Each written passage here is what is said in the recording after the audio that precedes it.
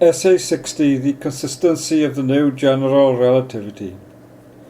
The simple idea of basing a new general relativity on the Minkowski metric led immediately to a series of severe tests of the self-consistency of the ECE theory, a theory based directly on Cartan's geometry of the early 20s, in which he inferred the existence of spacetime torsion. These tests were carried out in UFT 205 on AIAS.us and worked perfectly, giving great confidence in the entire series of 205 papers available up to about early 2012. Now there are 343 papers in English and over 200 in Spanish. This essay describes the series of tests in plain language. By constraining the metric with the observed orbit, the theory is based from the outset on experimental data. General relativity no longer pretends to predict the orbit.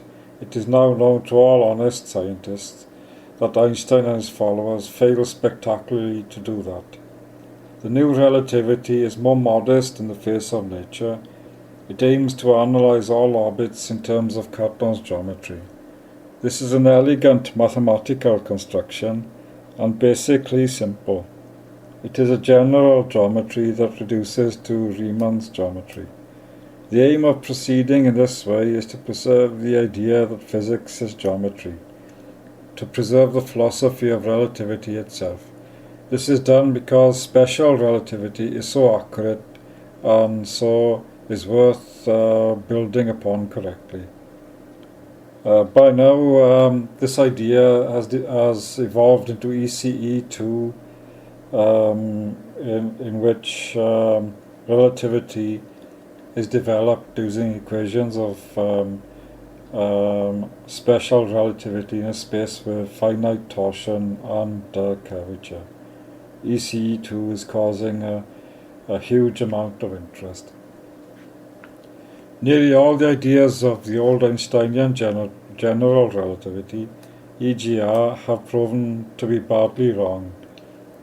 So drastic surgery becomes more and more necessary. First and foremost, it became necessary to reinstate torsion along with curvature, because Cartan's geometry shows that neither can be left out of consideration.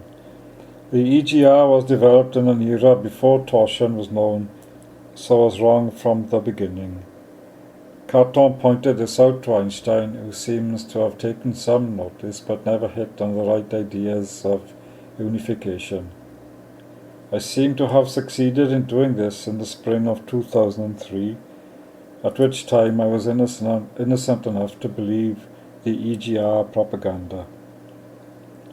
Einstein's hyper-dogmatic followers, however, went on in the same old way, so that hundreds of textbooks were based on arbitrary and incorrect mathematics. This begs the question again of whether mathematics are taught properly, because very often here that people don't understand the mathematics. Secondly, the Christoffel connection was shown to be antisymmetric simply because it is defined directly by a commutator, as is described in earlier essays. However, this result becomes clear only if torsion is correctly calculated, and very, very few textbooks did that. In fact, I know of only one, and that's by Sean Carroll. In the first place, their authors had to know that torsion existed. At this point, UFT 122, the ECE theory clashed head-on with the most deeply entrenched dogma of the 20th century, the completely mindless adherence to a symmetric connection and no torsion. Having established the antisymmetry of the connection, the next step was to use it to compute the torsion and curvature of spacetime. The metric compatibility theorem of the old EGR is wrong. All its geometry is wrong. So a clear and unbiased mind had to be applied anew to the subject of relativity, and it had to be done amid howls of cyber-stalking and childishly contrived protest from some of the lesser talented dogmatists, self-appointed prophets of a bygone age. A new metric compatibility theorem had to be deduced, and this was done in 186 to 189. Thirdly, this method had to be self-consistent with an exact identity developed by Cartan, an identity which relates the torsion and curvature in a supremely elegant way. This Cartan identity is the correct version of the first Bianchi identity. In UFT 313, the correct second Bianchi identity was inferred, the Jacobi Cartan Evans identity.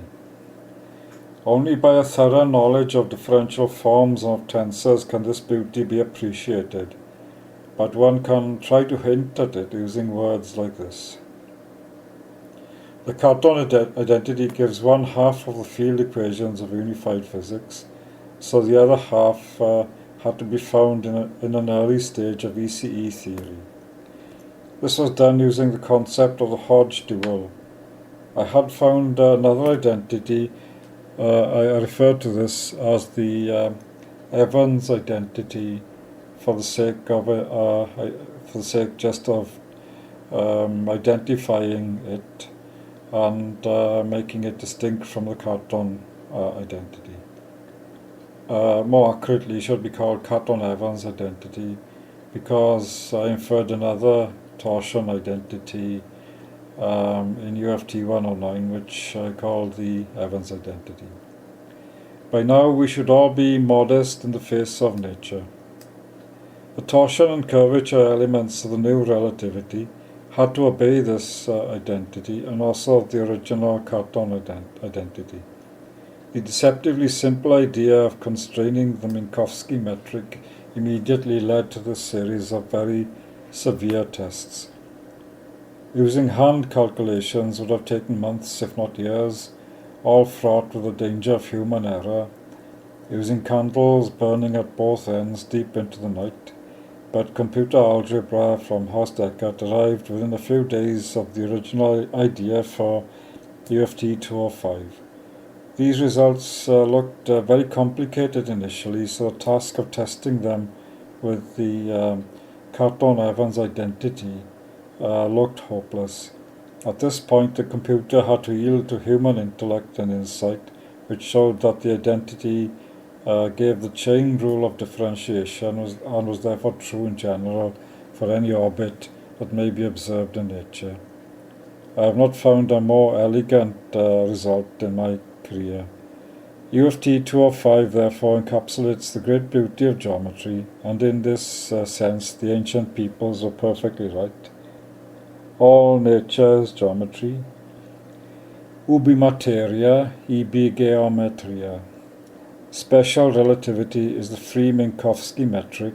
General relativity is the constrained Minkowski metric. It will be difficult indeed to surpass the perfection of this result. In so trying, we would risk the wrath of the gods.